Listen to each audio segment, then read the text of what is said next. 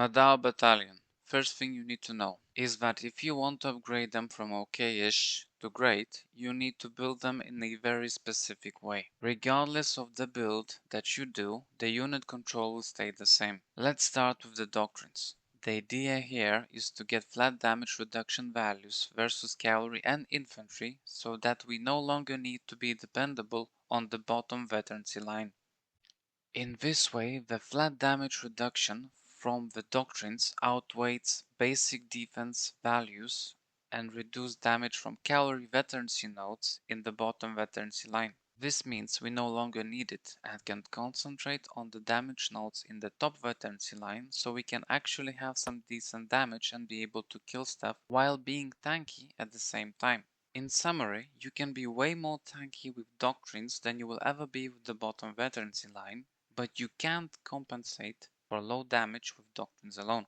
Another reason why we don't need to rely on bottom line is because we can get up to 15 stacks of a 100 points of all defense values by using the skills Madao March and Madao Defense, which already gives flat 22% damage reduction from infantry, which becomes 32 with doctrines, and 45% from cavalry.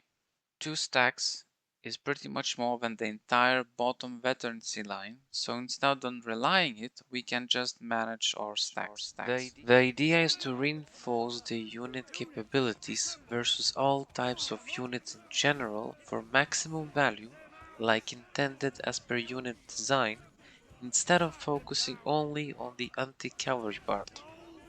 However, if you insist on max cavalry damage instead of diversity, you only need to make one change. Replace Epic Polearm 1 Doctrine into Epic Polearm 4.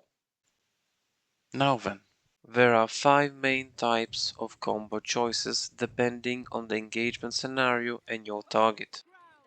Full and soft engagement, defense, and full and soft counter engagement. But no matter the engagement scenario, you will mostly be cycling through first and second skills to increase and maintain your stacks. Full engagement looks like this: charge,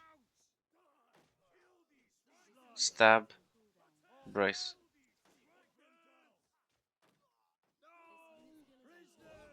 In real battle it will look like this. Here I simply engage to help my damage dealer who was kind enough to frontline from me. Be sure to react quick when you're playing pike units and support those in front of you. Soft engagement, charge, brace, stab, brace. This type of engagement is used when you are engaging targets that might hit you back hard like Reapers and Queen's Knights, so we use brace after charge to soak the first heavy hits and then go to stab and back to brace to get our defenses back. Defense, I brace, wait for impact, stab, and then go back to brace. From here on, I just continue to rotate between brace and stab in order to increase the amount of stacks I have. You only do the stab once your brace is almost off cooldown. Like that, you minimize the time window when your unit loses flat damage reduction values, because it's not in the brace mode. Here I think the guy was trolling, but it's a good example on helping your unit to deal with the first impact damage by disrupting the enemy unit just before it touches yours. Full counter engagement, brace, wait for impact, charge, stab, brace. Here I'm being overwhelmed, so I go into defense combo and cycle through first and second abilities to get more defense stacks up and try to hold the position long enough for reinforcements to reach me. When you are performing a defensive combo, this is the time window when you need to decide when do you counter engage.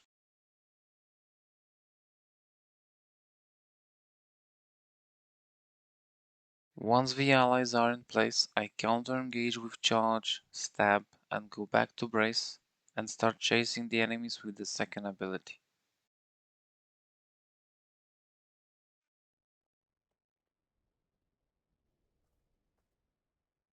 Soft counter engagement. Brace. Wait for impact. Charge. Brace. Stab. Brace. Here I brace in order to take less damage from Reaper's charge, but thanks to my allies the charge was nullified. So I simply choose to do a soft engagement just in case, to avoid unnecessary losses.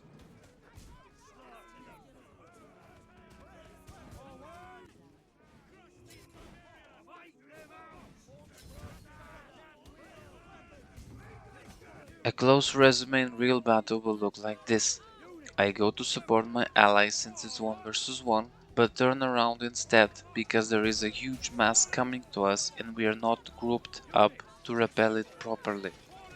So I group up with the rest that are ready and prepare for defensive type of engagement in order to gain time for allies to reinforce the front lines. I notice that their formation crumbled and a unit is overextending, so I quickly turn around and initiate full engagement combo. Then I continue to cycle between first and second abilities to build stacks, while at the same time supporting my unit with my hero. Never just AFK while pressing unit orders and watch. Always support with your hero as well for maximum value. At this point I almost take no damage since I had a lot of time to build up stacks because of rotating through first and second ability, which wins me enough time to survive in order for more reinforcements to join me and push back the enemies. The moment their front line starts to crumble, I swap into offensive, but there isn't much left, so we just move towards our next objective. Another detail that you must know is that during the fight in an open area, the unit might spread a lot, because the second ability tends to look for nearest targets. Therefore you need to pay attention and reform the unit's formation with X when it spreads. As you can see here, the unit can get spread really widely and then it becomes ineffective. You want to maintain formation for most encounters in order to be ready to counter cavalry, unless you are only chasing heroes. As well as I want you to remember that despite transforming the unit drastically, and it being able to deal with a lot of different scenarios, Madao Battalion is still just an anti-cavalry pikeman unit. Meaning, you need to play it like a pikeman unit, not like a tanky damage dealer. The task of pikeman units are to support the front lines, not to be the front line. Meaning, you don't go first, others do. So if the shields move, you follow, and always look at your back for incoming cavalry.